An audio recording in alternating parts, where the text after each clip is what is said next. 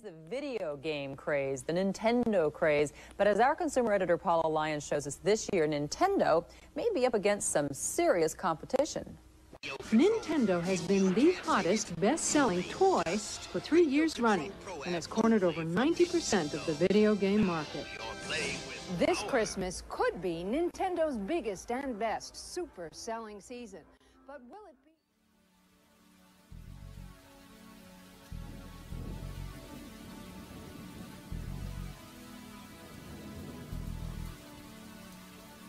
The year was 1989. Musicians like Michael Jackson, Prince, and Phil Collins were ruling the airwaves. Cinematic blockbusters such as Tim Burton's Batman, as well as Indiana Jones: The Last Crusade, were entertaining moviegoers from all around the world. In global news, George Bush Sr. was inaugurated as President of the United States. Now, a wise man once said, in order to gain knowledge of the present, one must first look back to the past. In 1989, the North American video game industry had begun to see a resurgence after years of stagnation due to previous market leader Atari and their lack of quality control. It finally seemed like the West was ready to accept video games back into entertainment, even after the damage caused by Atari. The industry's new market leader, a small Japanese toy company by the name of Nintendo, found success with their Nintendo Entertainment System, as well as their newly released Game Boy. This showed the public that the video game industry was not only a lucrative one, but even after the damage dealt by Atari, this industry was here to stay. With success comes competition, as out of the dust came another Japanese company by the name of Sega, which began making moves to become the #1 video game company through their cutting-edge 16-bit hardware and aggressive advertising. However, Nintendo's success was not entirely its own, as Nintendo utilized a number of chips from different manufacturers in order to create the Nintendo Entertainment System. One such company was Sony. This partnership was mutually beneficial for both companies, as Sony was very keen on entering the video game market, and when it came time for Nintendo to create the follow-up for the Nintendo Entertainment System, the Super Nintendo, they approached Sony once again to see if they'd be willing to collaborate once more. This culminated in the Super Nintendo's iconic sound chip, as not only was the sound chip the first collaborative project between Nintendo and Sony, but they also were planning a CD-based add-on for the Super Nintendo, ironically titled the Nintendo PlayStation. Unfortunately, as this add-on's development persisted, the deal between Nintendo and Sony began to sour, as Sony wanted the lion's share of the profits made by PlayStation games sold for the Super Nintendo. This angered Nintendo and caused dark clouds in their relationship, as they viewed this decision by Sony as not only disrespectful, but also a breach of contract. During the Consumer Electronics Show of 1991, much to Sony's surprise, Nintendo would abruptly announce that they're ending their relationship with Sony so they can work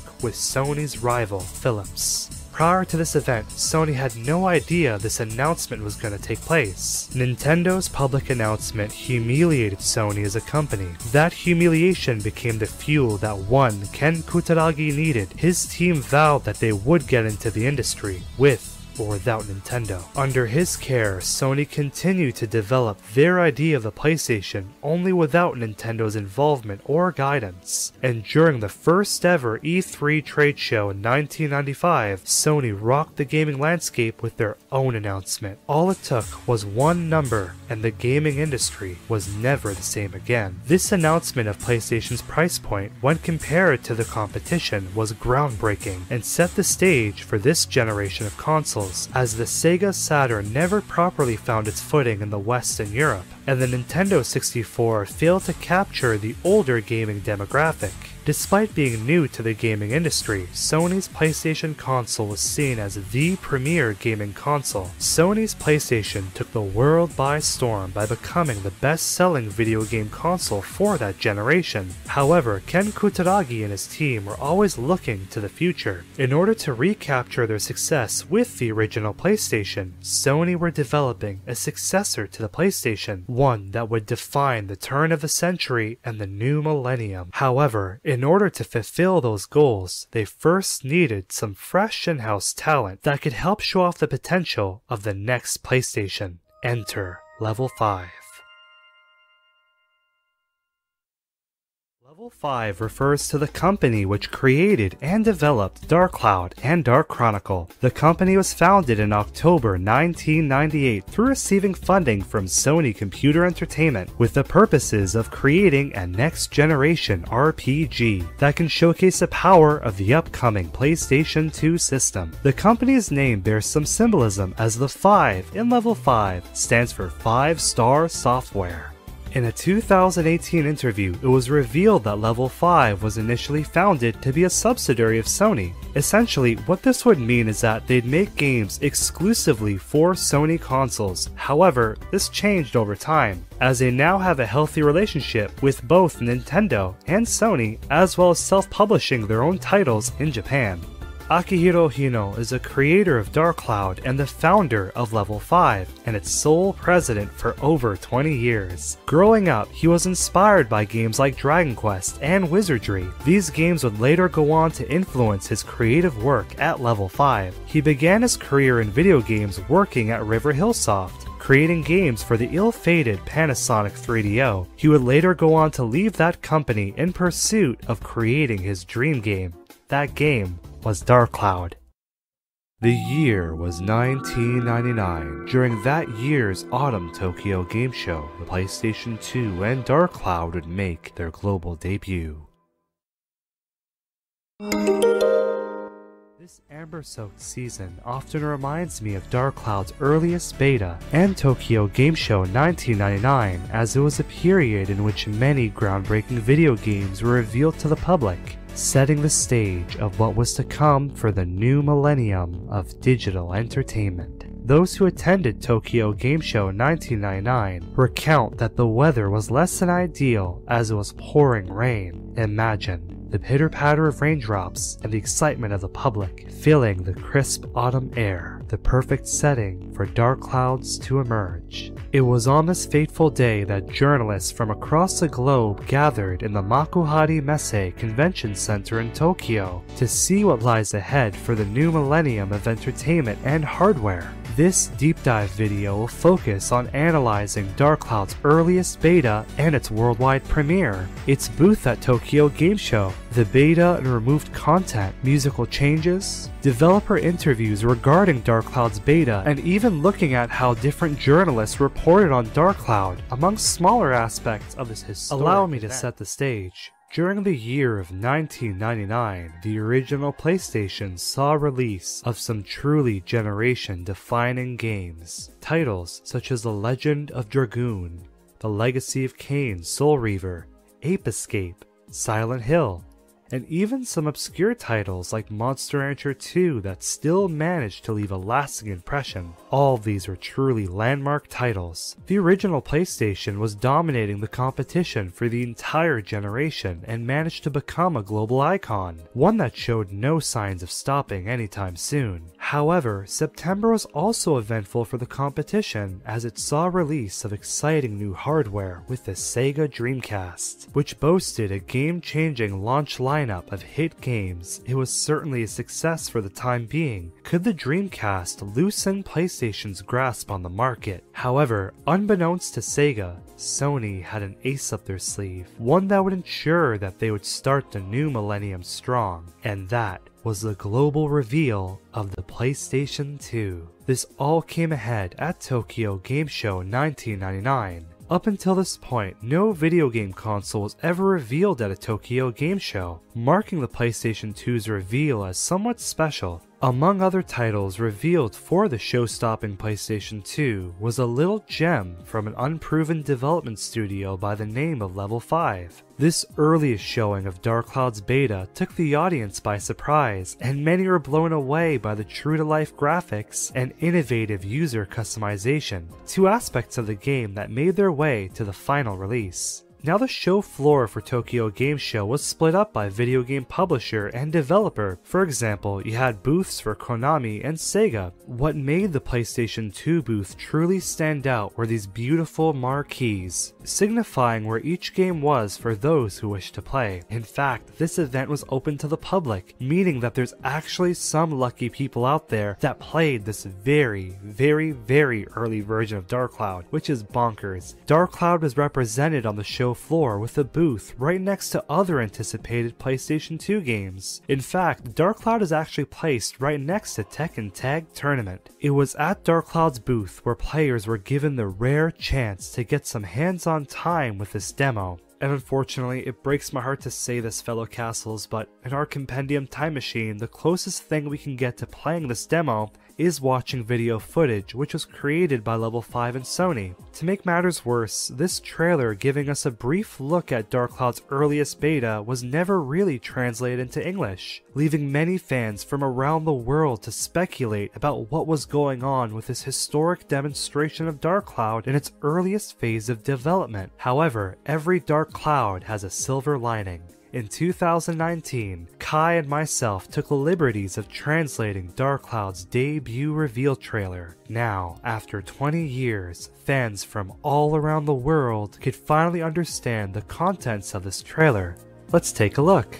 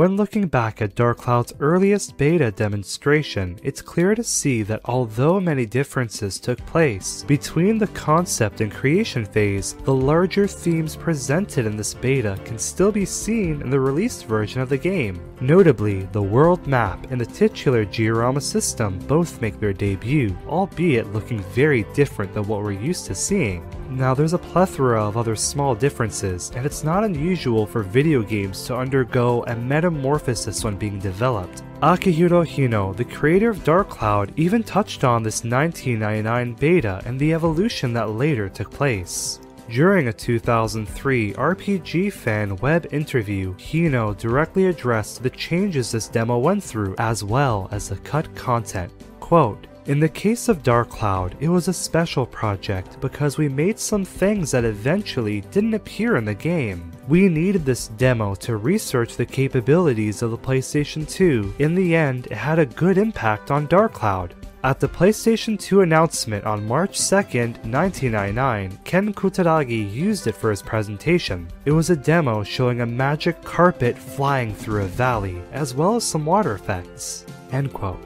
Essentially, what Hino was saying is that the team used this demonstration to learn about programming on PlayStation 2 hardware in a hands-on way. But is that all this demo was? Well, that's not quite, as this beta demo was available to be played by the public at Tokyo Game Show. So there definitely was a playable component to this demo. It wasn't all cinematics.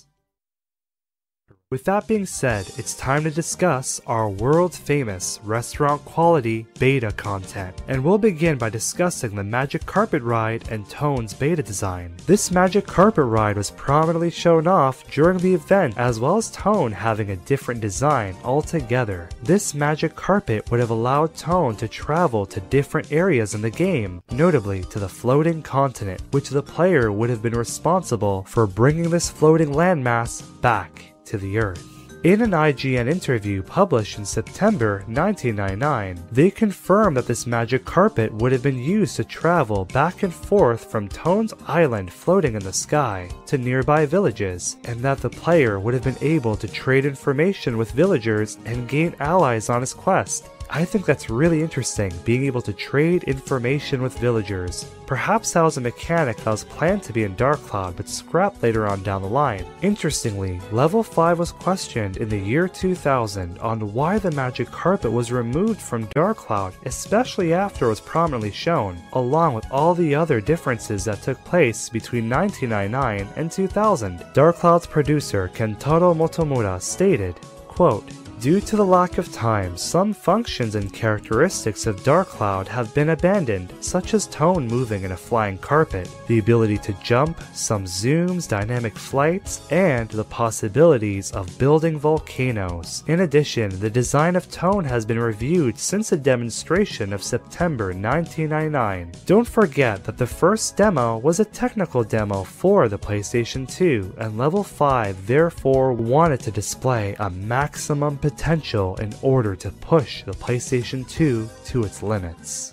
End quote. However, there is a small reference to the magic carpet in the Japanese version of Dark Cloud, as the back floor item for Dark Heaven Castle, the flapping duster, allows the player to ride on a magic carpet into an ominous painting. What makes this even more tragic was that this reference was unable to be seen by international players, as the flapping duster was not accessible in those versions of the game. What can you say? It's a shame all around. These changes go further than what we can physically see with our hidden castle eyes, as the story of Dark Cloud differed in this point in time as well. Interestingly, this demo didn't show any story cutscenes. Rather, the story outline was provided by Sony and Level 5 to the gaming journalists. Let's read through this beta story outline and learn something new. The story attached to the floating continent. Notably, in the earliest incarnation of Dark Cloud, the Dark Genie decided to only destroy Tone's village rather than destroying many, like how he did in the final version of the game. An IGN article written by Douglas Perry describes this early version of the story, and it reads as follows. Dark Cloud stars a young and innocent but adventurous boy who must return this strange floating piece of land back to its original place, presumably on the Earth. With one exception, his task isn't that difficult. He knows how to land his giant hovering island, but removing the evil kingdom that's uprooted and replaced his future village is much more challenging than it may seem. Traveling back and forth from his island in the sky to nearby villages, the young central character trades information and gains allies on his quest. End quote. It seems that this early version of the story would have been much more personal between Tone and the Dark Genie, as it seems that the rest of the world was unaffected. This would have been interesting to see, as there's an early incarnation of Dark Heaven Castle being described as the evil kingdom which uprooted his village, so perhaps we would have been introduced to the Dark Heaven Castle at the very beginning of the game as well.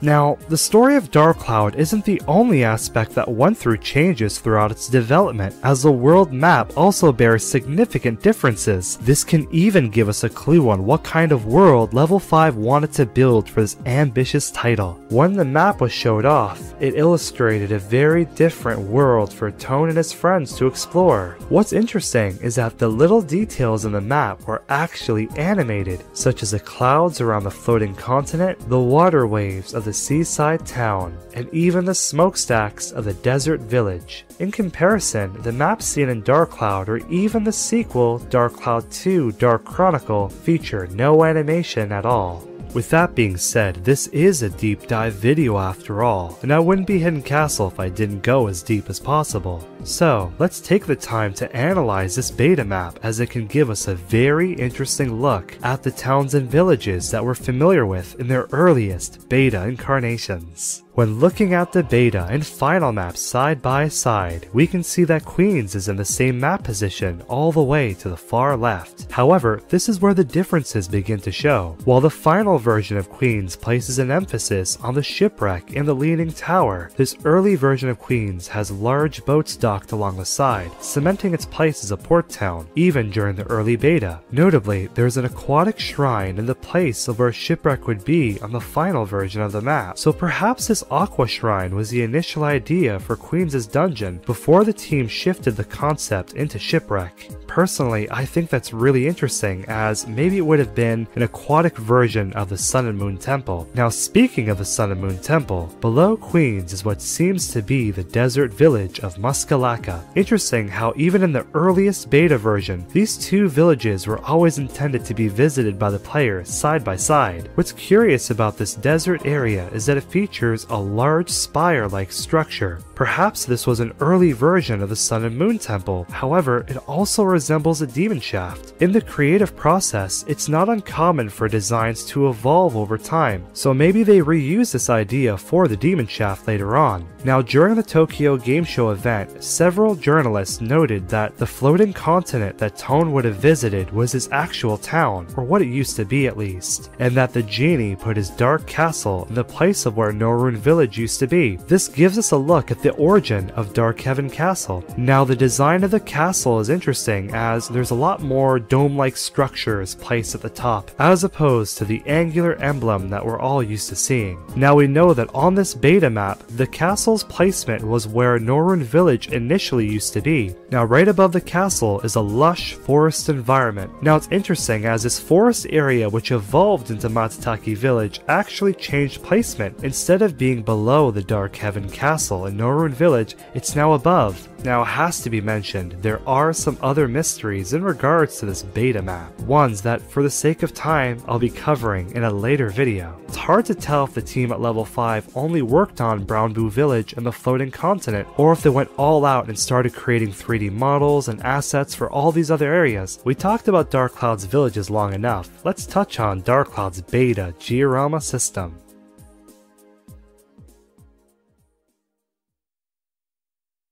The Georama system really helped Dark Cloud stand out among its contemporaries on the PlayStation 2, especially during the PlayStation 2's worldwide reveal, as the feature was praised by critics. It would only make sense that the Georama system and its menus went through a few revisions. The first and earliest revision of the Georama menu was showed off at Tokyo Game Show 1999, and it featured a much more robust Georama menu in comparison to what we see in the final version of the game, with whole features being removed, such as Georama sections dedicated to placing different terrains, rolling hills, and towering landscapes. Sections for environmental objects such as volcanoes and trees, sections for brick houses, and 2 unknown sections, but the final section is the most interesting, as it would have gave you the option of saving a village, loading a village's building placement, or even uploading your village online for others to play. Now this would have been a groundbreaking feature had it shipped with the final version of the game. And this brings us to the second version of the Georama menu, which is much more simplistic, perhaps even more simplistic to what we see in the final version of the game. This Georama menu was created when the team at level 5 were told to scale back the scope of the Georama system by their publisher Sony. As such, it's much more simple looking than what we saw in the Tokyo Game Show demo, or even what we have in the final version of the game. Ultimately, I'm glad that we got the Georama that we have in the final version of the game, but I wouldn't be lying when I say that I honestly look at the Tokyo Game Show's Georama and I just think of the infinite possibilities, the creativity of the players, and what we could have done with this more robust, amazing Georama system. One can only imagine. During Dark Cloud's development, the team experimented with having an online mode where players could collaborate with one another and even upload their world. This was revealed to be in the plans as early as a Tokyo Game Show demo of 1999. In fact, during the event Comdex 1999, PlayStation spokesperson Phil Harrison demonstrated this very early version of Dark Cloud and even briefly discussed the online capabilities of the title. Take a look. Developed in Japan, and you can see here that once again everything's being created in real time. This is not a movie. The cloth dynamic being calculated in real time on the magic carpet, the hair blowing through the wind of the boy, the wind blowing through the clothes that he wears. Now this world allows you to create not only the environment that you explore, but the characters that you meet as well. And ultimately, in a broadband world, the people that you meet will be real. Now, I would be remiss if I didn't mention the beta music shown off in Dark Cloud's demo. What's interesting is that 2 musical tracks can be heard in the 1999 beta that made their way to the final version of the game, and those 2 tracks are early versions of Departure and The Land of Hope.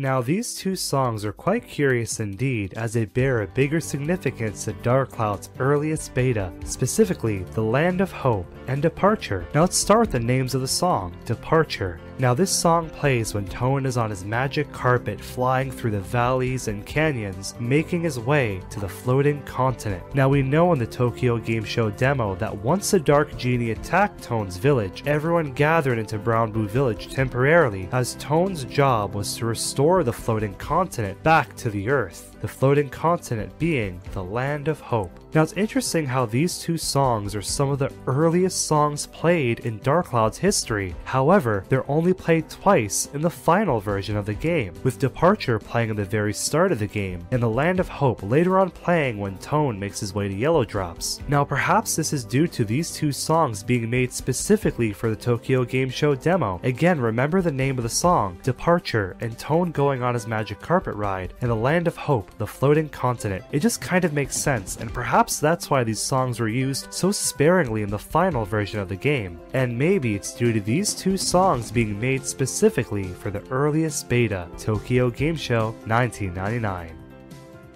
The year was 2000, marking the start of a new millennium. The Y2K bug passes without any widespread computer failures. Al Gore and George Bush are competing for United States presidency, and the anticipated video game Warriors of Might and Magic made its way to store shelves. The new millennium was an exciting time for Dark Cloud as it made public showings. Over in America, at E3 2000, Sony and Level 5 showed off a new version of Dark Cloud, one that the gaming press credited as being 30% complete. This version of Dark Cloud even received a shiny new logo to better reflect the game's aesthetics. This event was notable as for the first time, Level 5 revealed Dark Cloud's battle system, which was very different to what we received in the final version of the game, as this early version of the battle system would have focused entirely on QuickTime events and button prompts. It seems as if this duel any monster battle system would have been triggered by using this golden sphere icon located on the top of the HUD. Funny enough, this icon could still be found in the game's code, although it's inaccessible. It's interesting, as Level 5 would later go on to replace this beta battle system with an action-based battle system. However, it seems that they decided to use the work done for this primitive battle system for the duel mechanic that we see in the final version of the game. Curiously, the music heard in the E3 beta version of Dark Cloud was of a much higher quality than what we heard in the final version of the game. Notably, Dark Cloud's final in-game soundtrack is MIDI-based and uses sound samples, whereas the music heard in E3 2000 was of a much higher quality, using actual instruments. Here's a side-by-side comparison. Take a listen.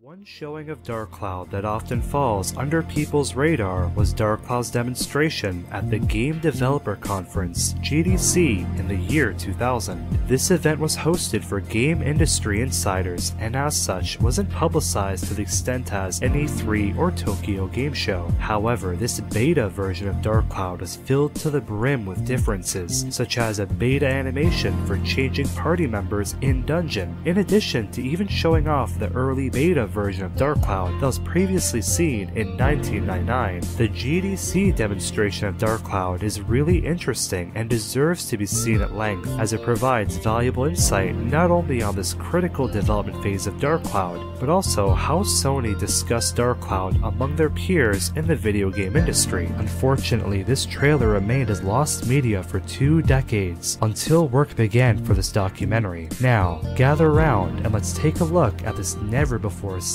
Dark Cloud trailer. Let's take a look. Now of a game that is putting some of these procedures and features into an entertainment experience, I'd like to show you a video of Dark Cloud, which is a game in development right now in Japan. Won't be coming out for a while, but I wanted to share this with you today. I was going to show it live on stage, but in order to show all the different features of the game, we put together this video. So let's run that video now.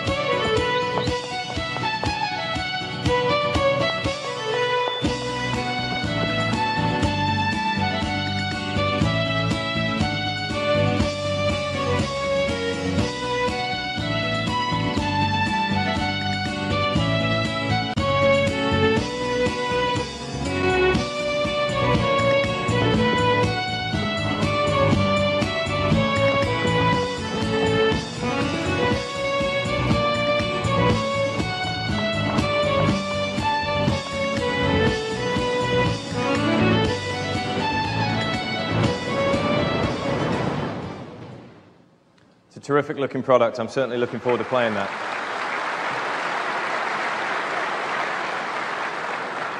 When viewing this previously lost trailer, several differences are apparent. First, there's an unused 3D opening showing off the ancient book in a table on Tone's house. Now this is notable as we never see the scene in the final version of the game. In addition, the ancient book is only seen as a 2D image in the intro of Dark Cloud. We later see Tone running around Norune with his weapon in hand. Now that's not possible in the final version of the game. Surprisingly, the trailer even shows off a major cut feature, and that being that playable party members would have been used in the Georama sections, as we see Ungaga running around Norune Village. Perhaps this would have led to unique dialogue opportunities between the party members and the NPC villagers. It's time to address the elephant in the room, or rather, the swordsman in the room, as we can see that Seda was once a playable character within this trailer. As level 5 showed off Seda within the playable characters, the reason for Seda's removal as a playable character will baffle you.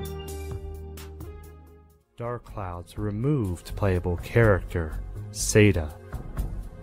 It's clear that Dark Cloud went through countless changes throughout its development cycle, as Level 5 was working around the clock to create the greatest game they could for their publisher. Their relation with Sony was not always cordial, as the publisher ultimately demanded the game meet a certain date for its Japanese release, and this led to some of the ambitious aspects of Dark Cloud being reworked or cut entirely, with some removed elements still remaining in the game's code, such as the flame dungeon keys we discussed prior, or even a removed playable character, and that character was Seda. For those interested, I dedicated an entire Compendium video on the discovery of Dark Cloud's deleted playable character, Seda, and it's definitely worth watching, but here's a Cliff Notes version. In 2018, I was able to interview some level 5 staff who wished to remain anonymous, and I asked them some in-depth questions about Dark Cloud's development. One of my sources noted that Seda was removed from the game when it was about halfway complete because his gameplay would have been more ambitious than the other playable characters. As such, he wasn't able to be completed in time. They went on to note that a majority of the work done for playable Seda was conceptual and on paper. However, an idea that was discussed by the developers was to give Seda a unique playstyle, one that would allow him to utilize both spells and swordplay. Now these spells would have benefited the player, such as casting buffs like speed and stamina, or debuffing the enemies such as freezing or poisoning the monsters. Here's a video clip from Tokyo Game Show 2000 where we can see playable Seda utilizing some sort of barrier spell. However, Sony wanted Level 5 to finish Dark Cloud's development as soon as possible in order to meet the Japanese launch of the PlayStation 2. That meant that an ambitious playable character who had a complicated playstyle such as Seda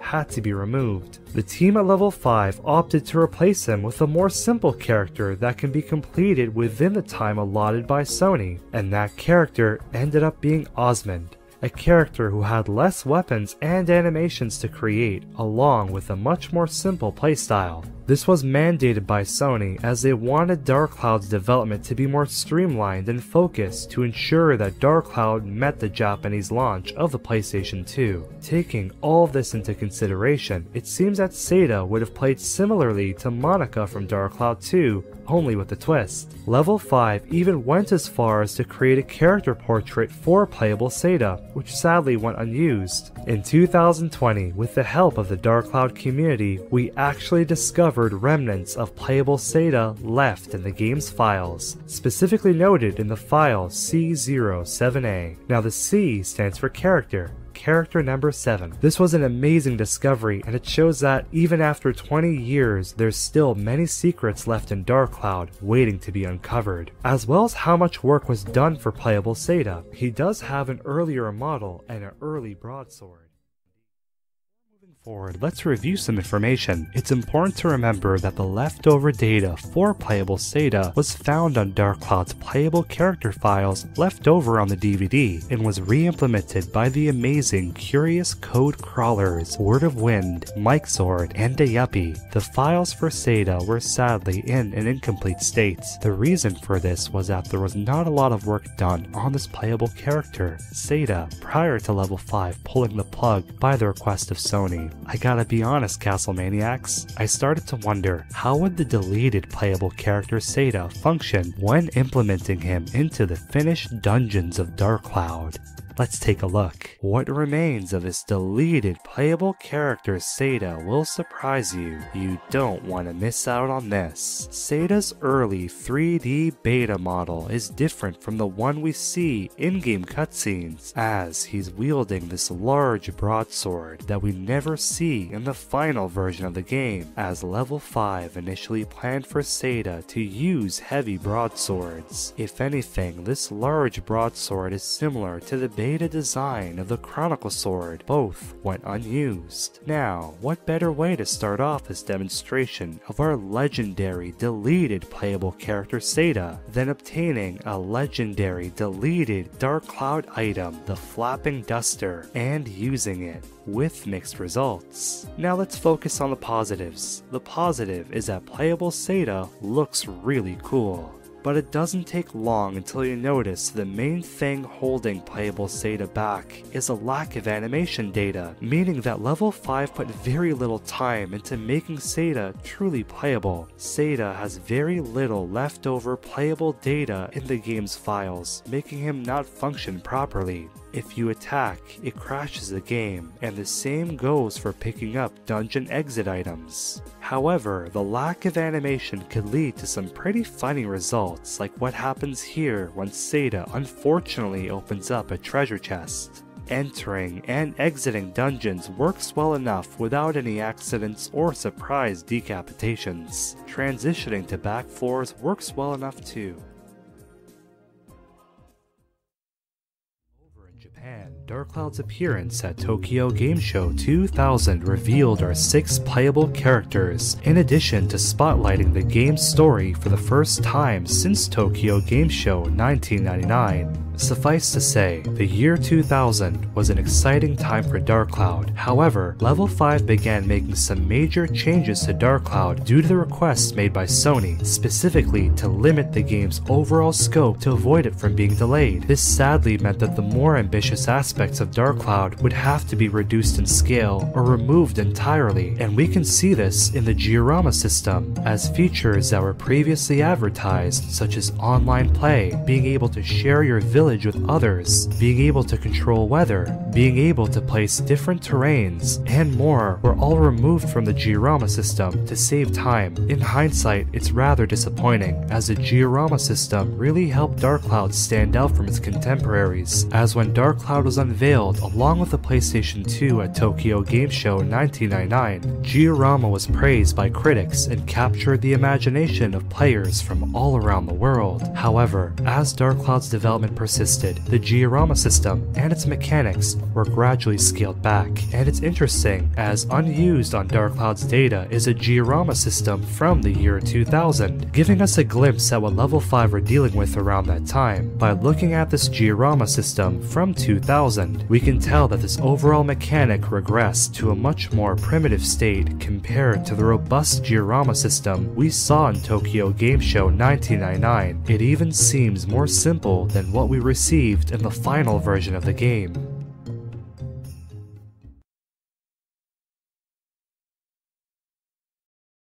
2001, an interview done by PlayStation Magazine with Dark Cloud creator Akihiro Hino and producer Kentaro Motomura regarding Dark Cloud's development. For some context, this interview came at a pivotal time for Level 5 in 2001, as it coincided with the game's international launch and spotlights Dark Cloud's development in addition to the Georama system. Unfortunately, this interview slipped into obscurity for over 20 years and was at risk of being lost. That is, until now. Let's enjoy this Dark Cloud developer interview together.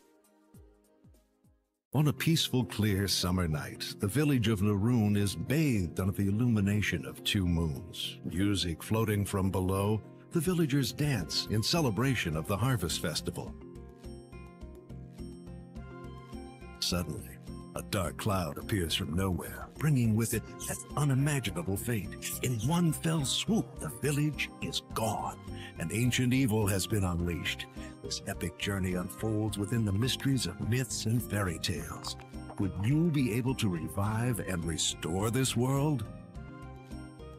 After the destruction of the Western continent, our main character, Toan, awakens to total darkness. An old man appears before him and introduces himself as the Spirit Emperor. The Spirit Emperor bestows a great responsibility on Toan, a young man with a pure heart. He must now rebuild the world that has crumbled before him. Toan's village has been destroyed by these evil beings. To rebuild them, you must first collect the various parts of the towns that have been dispersed to different dungeons, and you put them back together.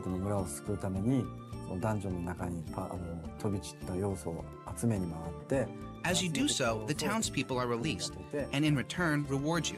The rewards lead you to your next adventure.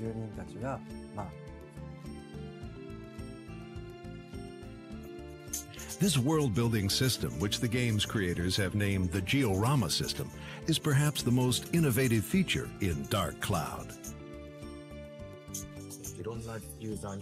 Being able to build your own world and interact with it in real time is extremely fun, and we wanted to combine this new feature with a very popular genre like an RPG so that we could build an incredibly deep and robust game for gamers everywhere.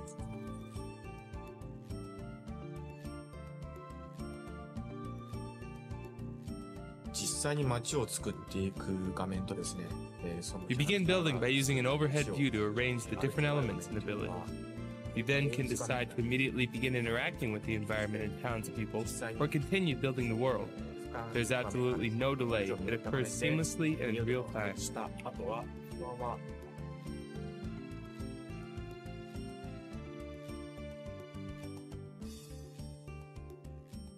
Beyond this new Georama system, Dark Cloud delivers the depth and character development that RPG players demand. There are 6 playable characters available over the course of the game. As your adventure continues, you will have to carefully manage their development.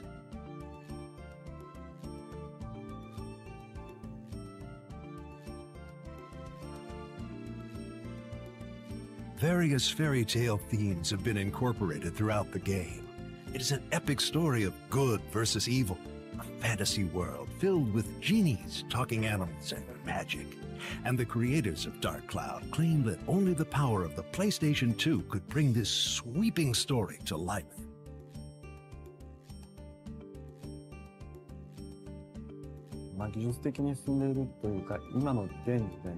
We had grand visions as we began the development of Dark Cloud.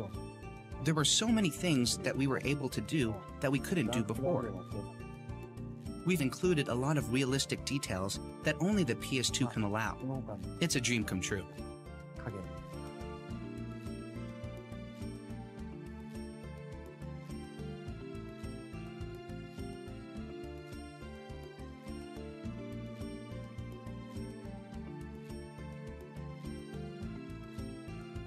With its deep and involving storyline, innovative design, and stunning graphics, Dark Cloud sets a new standard for role-playing games on the PlayStation 2.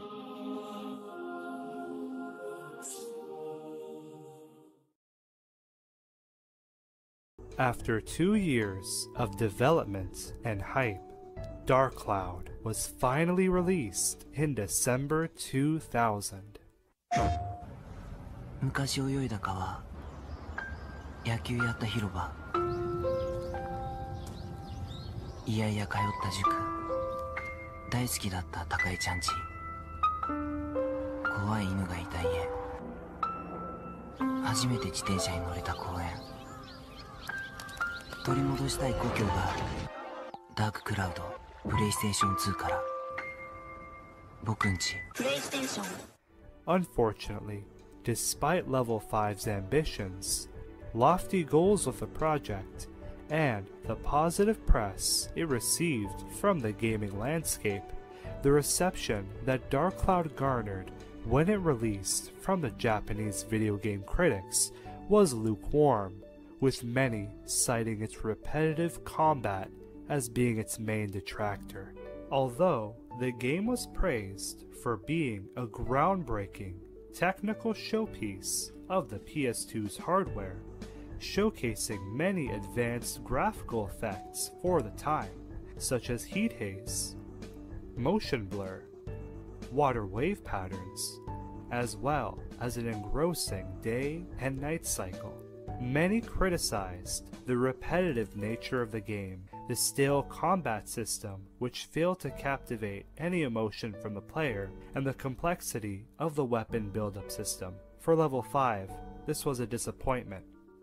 However, it was also a learning experience, as a lot of these issues and critiques were further addressed in the localized versions of Dark Cloud for North America and European territories. The localization process for Dark Cloud's worldwide release, Level 5 created a new 3D render to serve as the game's cover art for those territories. However, this was not the first 3D render the team created, as an earlier version was made and was used for marketing material while looking slightly different. As a result of the clash of vision that occurred between Level 5 and Sony regarding what they each wanted from Dark Cloud, and the rushed development cycle to meet the PlayStation 2's launch window, Dark Cloud didn't sell or review very well in Japan. However, following the lackluster Japanese release, Level 5 put some extra work into the North American and PAL versions of Dark Cloud to make sure that their version of the game would fare better worldwide. The goal was to give North America and PAL a perfect version of those games. The additions the team created included enhanced monster AI, new monsters and boss battles, new areas of the world to explore, a revamped battle system, and a revamped weapon upgrade system, which made things a lot easier. Akihiro Hino himself programmed the new battle system into Dark Cloud. As it was being developed for Dark Chronicle, he thought he might as well retrofit this new battle system into the previous Dark Cloud for its international release. And these were no minor enhancements. These additions not only added more depth to the gameplay, but also created a far superior gaming experience, had 30% more content on their DVDs than the initial Japanese release. Dark Cloud was finally released in the West on May 29, 2001, and in European territories in September 21, 2001. This marked the end of Level 5's development on the first Dark Cloud.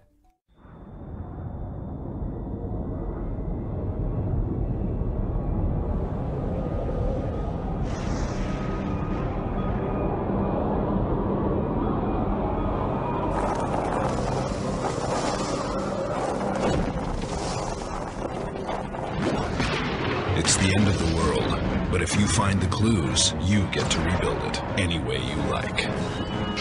Rated T for teens. In order to promote Dark Cloud, several items were created with the purpose of them not being sold to the public and solely being used as promotional items. Some of these items were showed off in trade shows. The first of these is a pin that was given out as a promotional item. I'm not sure if this was given out at a trade show or something that was given to game stores for employees to advertise the game. They are relatively uncommon, but I was lucky enough to grab one. Keep an eye out on eBay, as I have seen two make their way on there in the past year. Next, we have a No Rune Village model set.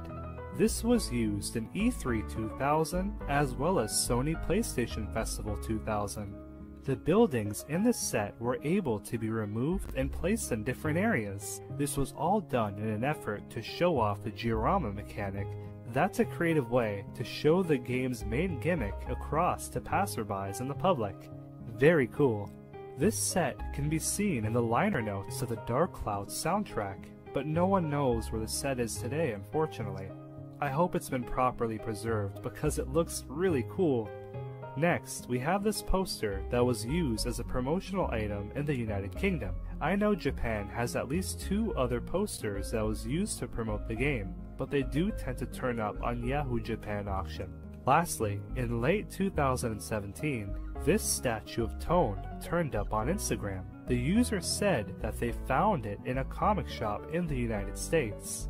Personally, this brings back a ton of memories. I remember seeing a photo of the statue on Google Images back in 2001, along with one of Seda. The account that posted these photos has been deleted, but I managed to preserve these photos. The statue itself looks to be about 12 inches and made of resin. The base of the statue says the game's name on it and is transparent. When I asked the owner of the statue if the name of any companies, manufacture date, or anything of that sort was on the bottom of the statue base, he told us that there was nothing. It was entirely blank. Tone even has an Atlamelia on his glove. That's such a cool little detail. They even equipped Tone with a sun sword. As of now, the statue of Seda has yet to resurface. I've heard rumblings of Dark Cloud figures being made in Japan as Famitsu lottery prizes, but nothing concrete has resurfaced.